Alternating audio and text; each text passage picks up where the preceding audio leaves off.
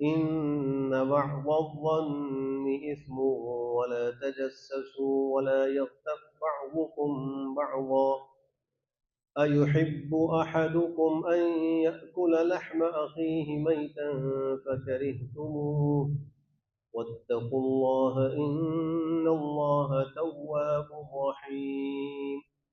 وقال رسول الله صلى الله عليه وسلم ظنوا بالمؤمنين خيرا. صدق الله مولانا العظيم وصدق رسوله النبي الكريم ونحن على ذلك لمن الشاهدين والشاكرين والحمد لله رب العالمين.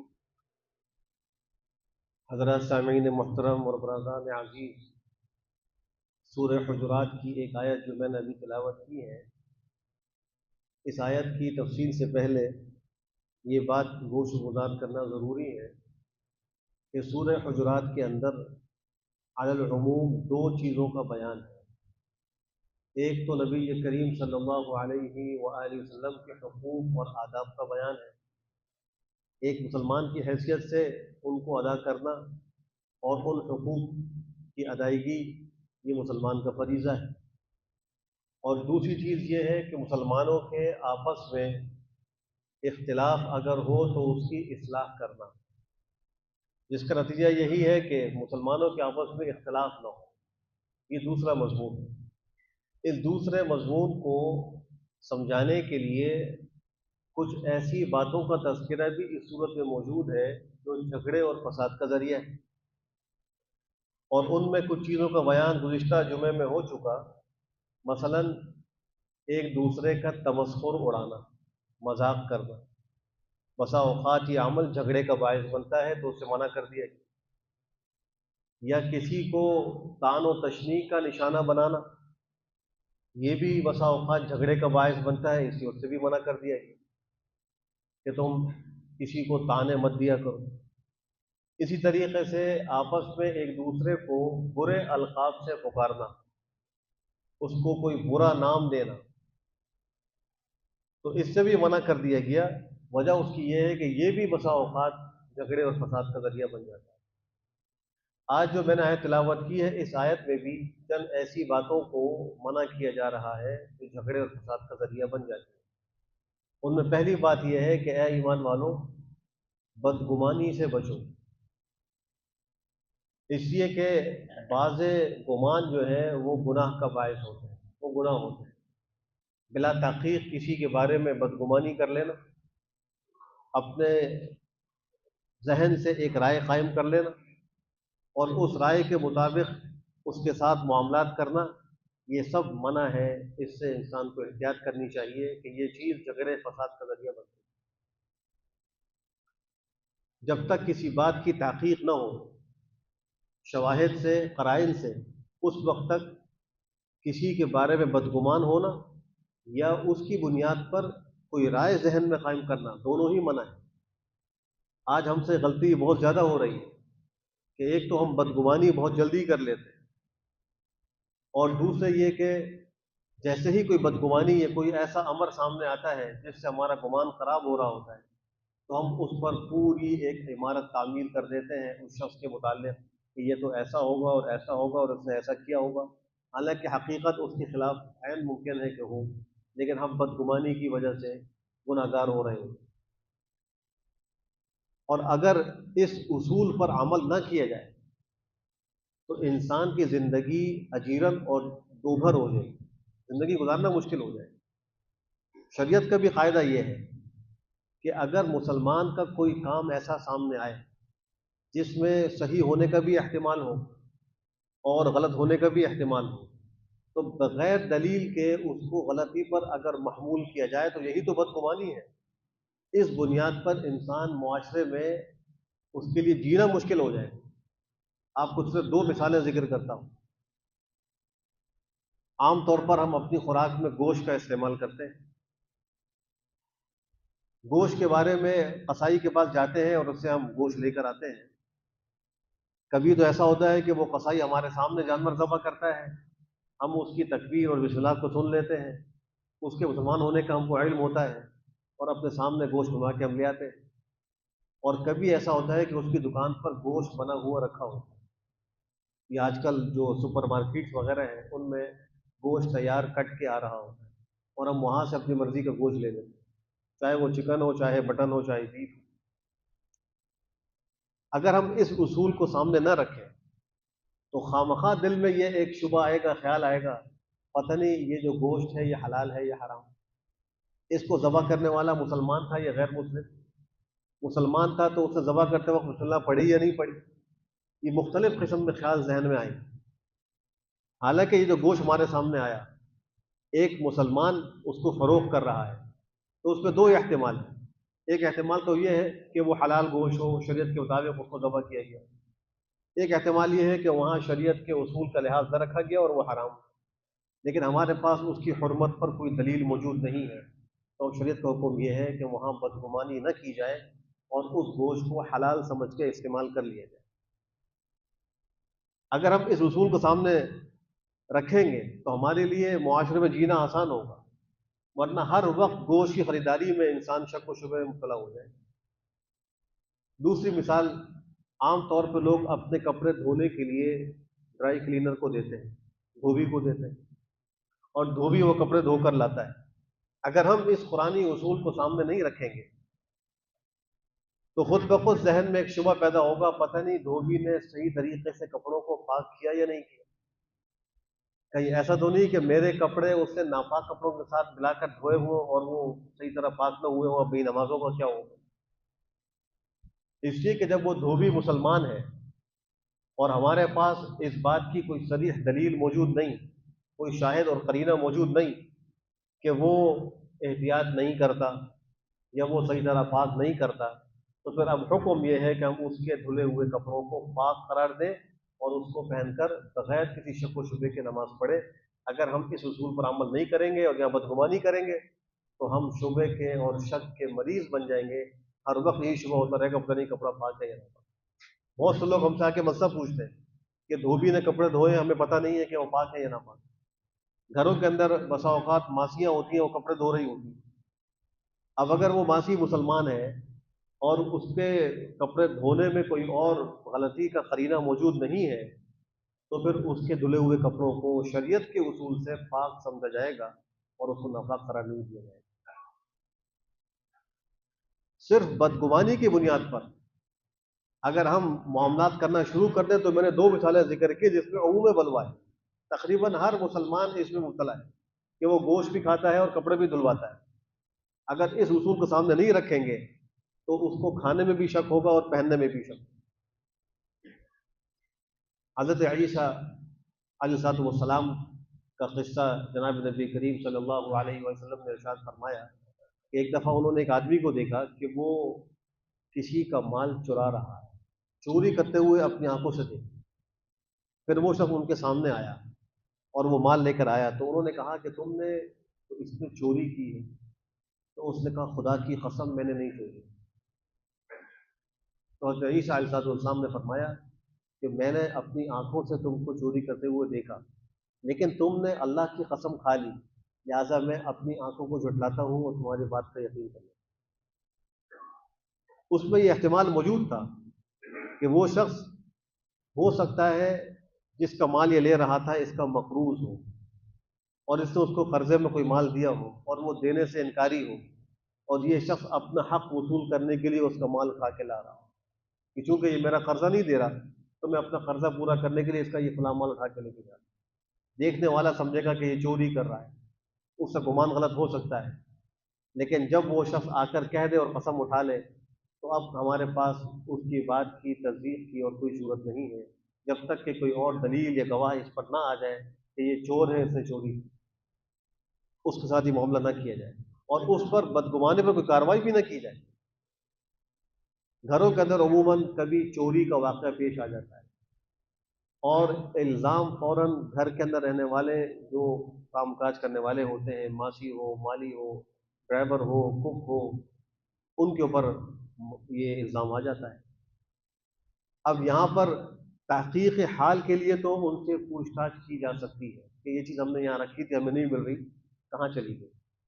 لیکن بغیر تحقیق کے اپنے ذہن سے یہ سمجھ لینا کہ یہ ماسی چور ہوگی، یہ ڈرائیور چور ہوگا، یہ مالی چور ہوگا، شریعت کہتی ہے کہ اس سے بچو، یہ بدگمانی، اس پر کوئی دلیل موجود نہیں۔ کسی بھی مسلمان کا کوئی بھی واقعہ سامنے آ جائے، تحقیق حال کے لیے اس سے تفتیش کی جا سکتی ہے، لیکن جب تک جرم ثابت نہ ہو کارروائی نہیں کرنی چاہیے۔ شرعاً یہ منع ہے مار پیٹ کرنا یا اس کے ساتھ وہی مجرم والا معاملہ کرنا یا چور والا معاملہ کرنا، یہ شرعاً ناجائز ہے۔ تحقیق حال کے لیے اس کو روکا جائے، پوچھا جائے، آس پاس سے اس کے بارے میں معلومات لی جائے، اور پھر اگر ثابت ہو تو جو اس کی سزا ہے وہ دی جائے، اور ثابت نہ ہو تو پھر اس سے معذرت بھی کی جائے اور اس کو مجرم بھی نہ سمجھا جائے، نہ مجرم والا کوئی معاملہ کیا جائے۔ بخاری شریف میں آتا ہے کہ حضرت صدیقہ عائشہ رضی اللہ عنہا کے پاس ایک خاتون آیا کرتی تھی جو مدینہ منورہ کی رہنے والی نہیں تھی، باہر سے آتی۔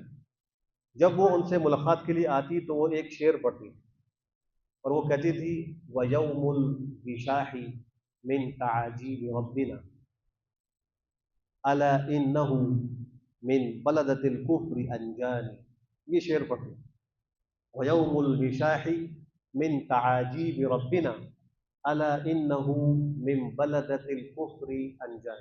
اس کا مطلب یہ ہے کہ وشاح کا دن، وشاح کہتے ہیں اس ریشم کے پٹکے اور کپڑے کو جن کو عورتیں زینت کے لیے اپنے پیٹ پر باندھتی ہیں، اور جاہلیت میں اور عربوں کے معاشرے میں اس کو بڑے اہتمام سے باندھا جاتا تھا، اور اس پر کبھی کبھی سونے وغیرہ کی ملمہ کاری بھی ہوتی تھی، بڑا قیمتی شمار ہوتا تھا۔ یہ وہ شعر پڑھ رہی تھی کہ وشاح کا دن میرے پروردگار کے عجائبات میں سے ہے، لیکن اس نے مجھ کو دارالکفر سے نجات دی ہے اور میں دارالاسلام میں آ گئی۔ یہ شعر کا مفہوم ہے۔ تو بار بار وہ یہ کہتی تھی کہ وشاح کا دن میرے پروردگار کے عجائبات میں سے ہے، اس نے مجھ کو دارالکفر سے نجات دی ہے۔ شریف عائشہ نے پوچھا تم جب آتی ہو ملاقات کے لیے یہ شعر پڑھتی ہو، یہ کیا ماجرا ہے؟ تو اس نے کہا کہ میں جس علاقے میں رہتی تھی وہاں میں ایک باندی تھی، کچھ لوگوں کی خدمت پر مامور تھی، تو جو ہمارے مالکان تھے ان کی بیٹی کی شادی تھی، تو شادی کی تیاری کے لیے مجھے اس لڑکی کے ساتھ بھیجا کہ جاؤ جا کر اس کو تیار کرا کے لے آؤ۔ تو میں اس کو لے گئی، جس مکان میں وہ لڑکی تیار ہونے کے لیے گئی تو اپنا سامان وغیرہ اس کے پاس چھوڑ کے چلی گئی۔ اس میں یہ وشاح بھی موجود تھا جو اس لڑکی نے باندھا ہوا ہے، اس کو اتار کر وہ اندر چلی گئی۔ ابھی تک وہ باہر نہیں آئی تھی کہ ایک چیل آئی اور چیل اس کو گوشت سمجھ کر پنجوں سے اٹھا کر لے گئی۔ اب یہ تو اس باندی کی قدرت میں نہیں تھا کہ وہ اس کو بچا لیتی یا اس چیل سے اس کو واپس لے لیتی۔ جب وہ لڑکی باہر آئی تو اس نے آ کر کہا کہ وہ میرا پٹکا کدھر ہے، وہ وشاح کدھر ہے؟ تو اس نے کہا وہ چیل آئی تھی وہ اس کو لے کے چلی گئی۔ تو اس نے کہا تم جھوٹ بولتی ہو، تم نے اس کو چھپایا ہے، چرایا ہے، اور یا تو تمہارے ساتھ کوئی آدمی ملا ہوا ہے، تم نے چپ چاپ اس کو دے دیا ہے، وہ اس کو لے کر غائب ہو گیا ہے، اور تم مجرم ہو۔ اس نے شور شرابہ مچا دیا، لوگ جمع ہو گئے، اس کو پکڑ کے مالکان کے پاس لے گئے۔ اب وہ لاکھ کہہ رہی ہے کہ میرا کوئی قصور نہیں ہے، وہ پٹکا ایک چیل آ کر لے گئی تھی، میرے پاس وہ نہیں ہے، لیکن ان کو اس پہ یقین نہیں آ رہا تھا۔ انہوں نے اس کو مارنا پیٹنا شروع کیا، تو وہ کہتی مجھے مارتے رہے پیٹتے رہے، حتیٰ کہ مجھے پورا برہنہ کر دیا تلاشی کے۔ اسی دوران کہ وہ مجھ پر یہ ظلم و ستم کا بازار گرم کر رہے تھے، وہ چیل آئی اور اس نے اس پٹکے کو وہاں گرا دیا واپس۔ اب اللہ کی قدرت، اللہ تو قادر ہے، اللہ کی ایک بندی پر ظلم ہو رہا ہے اور اس کو بغیر کسی وجہ کے مجرم سمجھ کے مارا جا رہا ہے، تو اللہ نے اس کی برات کو ظاہر کرنا تھا، وہی چیل اس نے اس پٹکے کو وہاں گرا دیا۔ جب انہوں نے وہ دیکھا اب اس سے معذرت کرنے لگے، ہمیں معاف کر دو، ہم سے بڑی غلطی ہوئی اور ہم تم کو آزاد کرتے ہیں۔ اس کو غلامی سے انہوں نے آزادی کی دے دی۔ اس نے کہا کہ میں اب اس علاقے میں رہنے کو تیار نہیں، یہاں پر تو ظلم و ستم کا بازار گرم ہے، بغیر تحقیق کے ایک بدگمانی پر میرے ساتھ مجرم والا معاملہ کیا گیا اور مجھے اتنا بے عزت کیا گیا کہ مجھے سب کے سامنے برہنہ کر دیا گیا، چنانچہ میں اس علاقے میں رہوں گی نہیں۔ وہ وہاں سے نکل کے مدینہ منورہ میں آ گئی اور وہاں پہنچی تو اس کو اللہ نے اسلام کی توفیق دے دی، مسلمان ہو گئی۔ تو وہ کہتی تھی وَيَوْمُ الْوِشَاحِ مِنْ تَعَاجِيبِ رَبِّنَا أَلَا إِنَّهُ مِنْ بَلَدَةِ الْكُفْرِ أَنْجَانِ۔ چنانچہ وہ رہتی رہی لیکن اس کا وہاں کوئی نہیں تھا، نہ شوہر تھا، شادی اس کی نہیں ہوئی تھی، نہ اس کا خاندان، نہ قبیلہ، کچھ بھی نہیں۔ تو اس نے مسجد نبوی کی جھاڑو لگانے کا کام شروع کر دیا، سیاہ فام عورت۔ نبی کریم صلی اللہ علیہ وسلم کو معلوم ہوا تو آپ نے اس کی حوصلہ افزائی کی، دلجوئی کی، اور وہ اپنے کام میں مصروف رہی۔ کچھ دن بعد ایسا ہوا کہ پیغمبر کو نظر نہیں آئی۔ آپ نے پوچھا کہ ایک عورت، ایک خاتون سیاہ فام مسجد کی جھاڑو لگایا کرتی تھی، وہ کہاں چلی گئی؟ صحابہ نے عرض کیا کہ اس کا تو انتقال ہو گیا، اور ہم نے اس کو کفن دفن کر کے، جنازہ پڑھ کے دفن کر دیا۔ آپ نے فرمایا کہ مجھے کیوں نہیں بتلایا؟ تو صحابہ نے عرض کیا کہ یہ کوئی اتنا اہم واقعہ نہیں تھا، کوئی ایسی بڑی شخصیت نہیں تھی، کوئی بڑا صحابی پیغمبر کا ہوتا، بڑی شخصیت ہوتی، اس کا انتقال تو ہم آپ کو خبر کرتے۔ اور رات کو اس کا انتقال ہوا، ہم نے مناسب نہیں سمجھا کہ ہم آپ کو بیدار کریں، ہم نے خود ہی اس کو غسل کرا کے، کفن بنا کے، جنازہ پڑھ کے دفن کر دیا۔ آپ نے فرمایا کہ مجھے اس کی قبر پر لے جاؤ۔ آپ اس کی قبر پر حاضر ہوئے اور آپ نے اس کی قبر پہ کھڑے ہو کے نماز جنازہ دوبارہ پڑھی، یہ بات سمجھانے کے لیے کہ شاید تمہاری نگاہ میں تو اس کی کوئی خاص قیمت نہیں ہوگی، لیکن اللہ کی نگاہ میں اور میرے نگاہ میں یہ بڑی قیمتی عورت ہے، جس نے اتنی بڑی قربانی دی، پھر اس کو اسلام کی دولت ملی، اور وہ مسجد میں جھاڑو لگانے کی خدمت کیا کرتی تھی، تو آپ نے اس کی نماز جنازہ خود وہاں قبر پہ کھڑے ہو کے پڑھی۔ اب دیکھیے، ایک غلط گمان اس پہ چوری کا ہوا، اور اس کے ساتھ چوروں والا معاملہ کیا گیا۔ قرآن کریم اس سے منع کر رہا ہے، اے ایمان والو اجتنبوا کثیرا من الظن، بہت سے گمانوں سے بچو، اس لیے کہ بعض گمان گناہ ہوتے ہیں۔ ان بعض الظن اثم، وہ گناہ ہے، وہ کام نہ کرو۔ جہاں ایک طرف یہ حکم ہے، وہاں دوسری طرف مسلمانوں کو یہ بھی حکم ہے کہ ایسے کاموں سے اور ایسے مکانات اور مقامات پر جانے سے بھی بچیں کہ جہاں پر کسی کو بدگمانی کا موقع ملے۔ تو وہ یہ دو الگ الگ تعلیمات، ایک تعلیم یہ ہے کہ بلا وجہ کسی کے ساتھ بدگمانی کا معاملہ نہ کیا جائے، اور بدگمانی کی وجہ سے ایک اپنی رائے قائم کر کے کارروائی نہ کی جائے۔ دوسری اہم ترین تعلیم یہ ہے کہ عام حکم مسلمانوں کو یہ ہے کہ ایسا کوئی کام نہ کرے جس سے کسی کو بدگمانی کا موقع ملے، ایسی جگہ پر نہ جائیں کہ کوئی آدمی بدگمان ہو۔ مثلا شراب خانہ ہے، اس کے آگے سے اس کو گزرنے کی نوبت آ رہی ہے، اب وہ خود تو شراب نہیں پیتا، لیکن اگر وہ شراب خانے کے آگے سے گزرتا ہوا جا رہا ہے، کوئی دیکھے گا تو کہے گا اچھا یہ شراب خانے سے شراب لے کر آ، کسی کو بدگمانی کا موقع ملے تو چاہیے کہ راستہ تبدیل کر لیں، روڈ کراس کر کے دوسری جانب سے گزر جائے، چلا جائے، یہاں سے نہ گزرے۔ ایسے ہی اگر سنیما ہاؤس ہے یا اور کوئی گناہ کی جگہ ہے جہاں پہ اللہ کی نافرمانی ہوتی ہو، تو ان جگہوں سے اپنے آپ کو بچائے، وہاں نہ جائے۔ کوئی کام بھی ہو تو اس طریقے سے اس علاقے میں جا کر کام کرے کہ کسی کو بدگمانی کا موقع نہ ملے۔ خود حدیث شریف میں آتا ہے، نبی کریم صلی اللہ علیہ وآلہ وسلم نے ایک دفعہ اعتکاف فرمایا مسجد نبوی میں۔ اعتکاف کے ایام میں آپ سے آپ کی زوجہ محترمہ حضرت ام المؤمنین صفیہ رضی اللہ تعالی عنہ ملاقات میں تشریف لائی، اور مغرب کی نماز کا وقت، اندھیرا پھیل چکا تھا، تو آپ نے ان سے ملاقات کی، اور جب وہ جانے لگیں تو آپ ان کو پہنچانے کے لیے مسجد کے کنارے تک آئے، کیونکہ معتکف سے باہر نہیں نکل سکتے تھے۔ جب وہ وہاں کھڑی ہوئی اور رخصت ہو رہی تھی تو دو صحابی وہاں سے گزرے، اور وہ ان کی نگاہ پیغمبر پر اور ام المؤمنین کے اوپر پڑی، اور وہ تیزی سے وہاں سے گزر گئے۔ آپ نے فوراً فرمایا علی رسلکما، واپس آؤ واپس آؤ، ان کو آواز دی، اور کہا کہ یہ تمہاری ماں صفیہ ہے، مجھ سے ملنے کے لیے آئی۔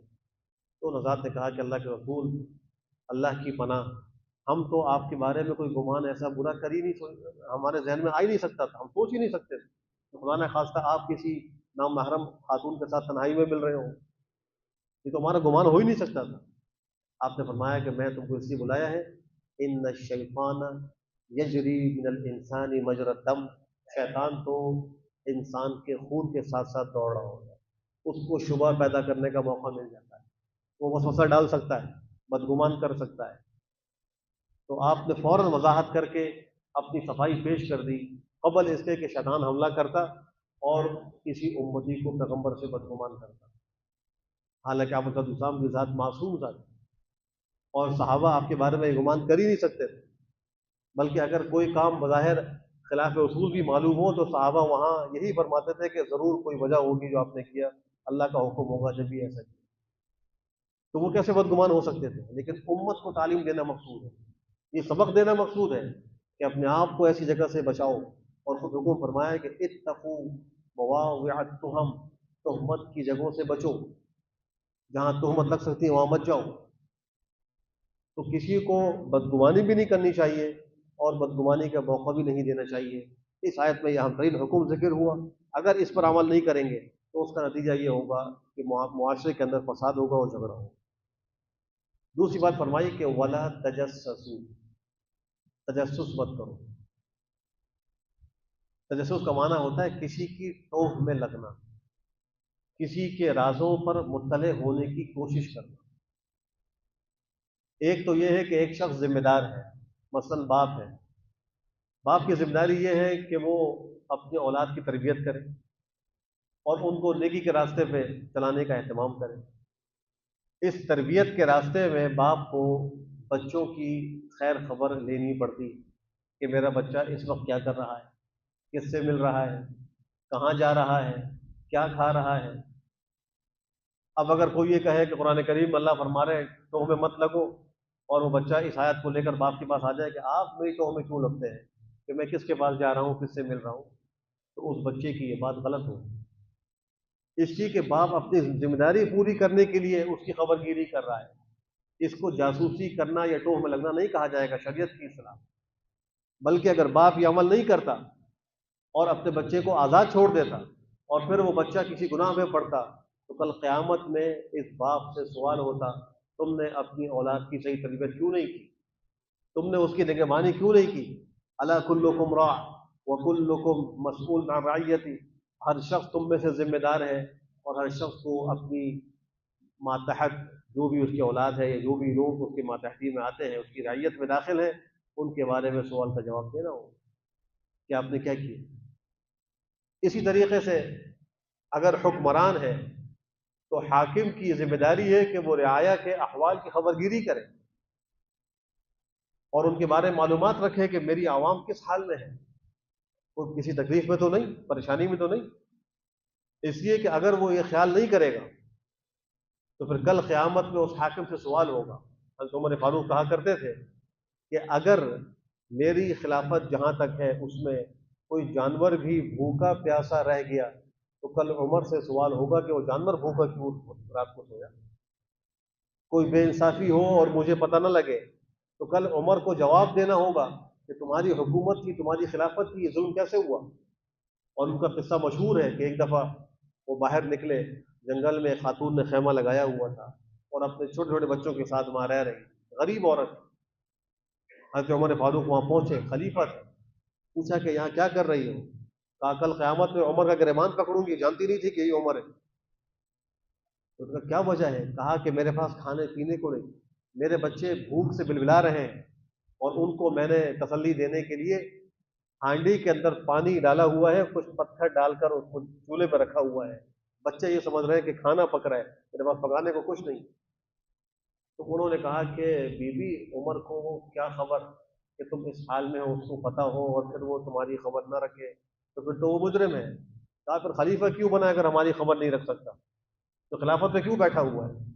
حضرت عمر کو بہت تنبؤ ہوا، فوراً تشریف لے گئے اور بیت المال سے ایک بوری میں مختلف راشن وغیرہ ڈال کر اس کو لے کر آنے لگے۔ ان کا خادم اسلم ساتھ تھا۔ اسلم نے کہا کہ امیر المومنین یہ مجھے دے دیجیے۔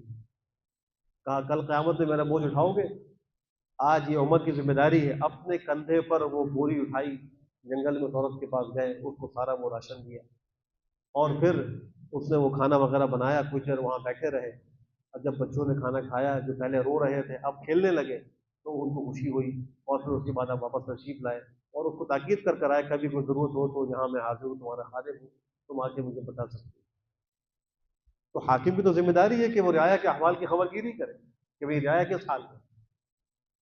اسی وجہ سے حضرت عمر فاروق راتوں کو چکر لگایا کرتے ہیں لوگوں کے احوال معلوم کرنے کے لیے۔ ایک دفعہ آپ نکلے، ایک گھر کے پاس سے گزرے، تو اس گھر سے شراب پینے کا ان کو ایک گمان ہوا کہ اندر شاید شراب پی جا رہی ہے اور ناچ گانے کی بھی آواز آ رہی ہے۔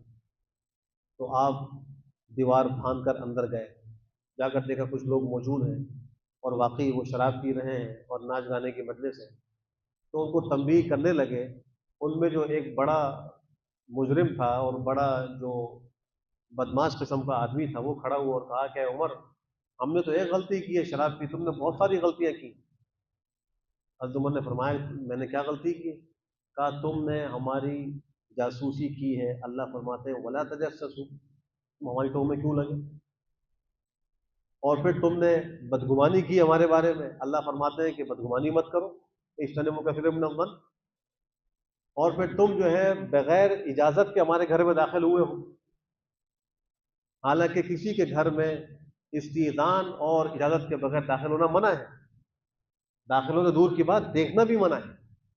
اگر کسی کے گھر کا دروازہ بھی کھلا ہوا ہو، گزرنے والوں کو حکم یہ ہے کہ اس میں نگاہ ڈال کے نہ دیکھیں جب تک کہ استئذان نہ ہو، اجازت نہ لے لی جائے۔ اجازت لینے کے بعد اندر جائیں یا اندر دیکھ سکتے ہیں۔ آج یہ بھی بڑا ایک آسان مسئلہ، گزرتے ہوئے جو گھر نگاہ میں آتا ہے اس اندر دیکھتے ہوئے جا رہے ہیں اس گھر میں کیا ہو رہا ہے۔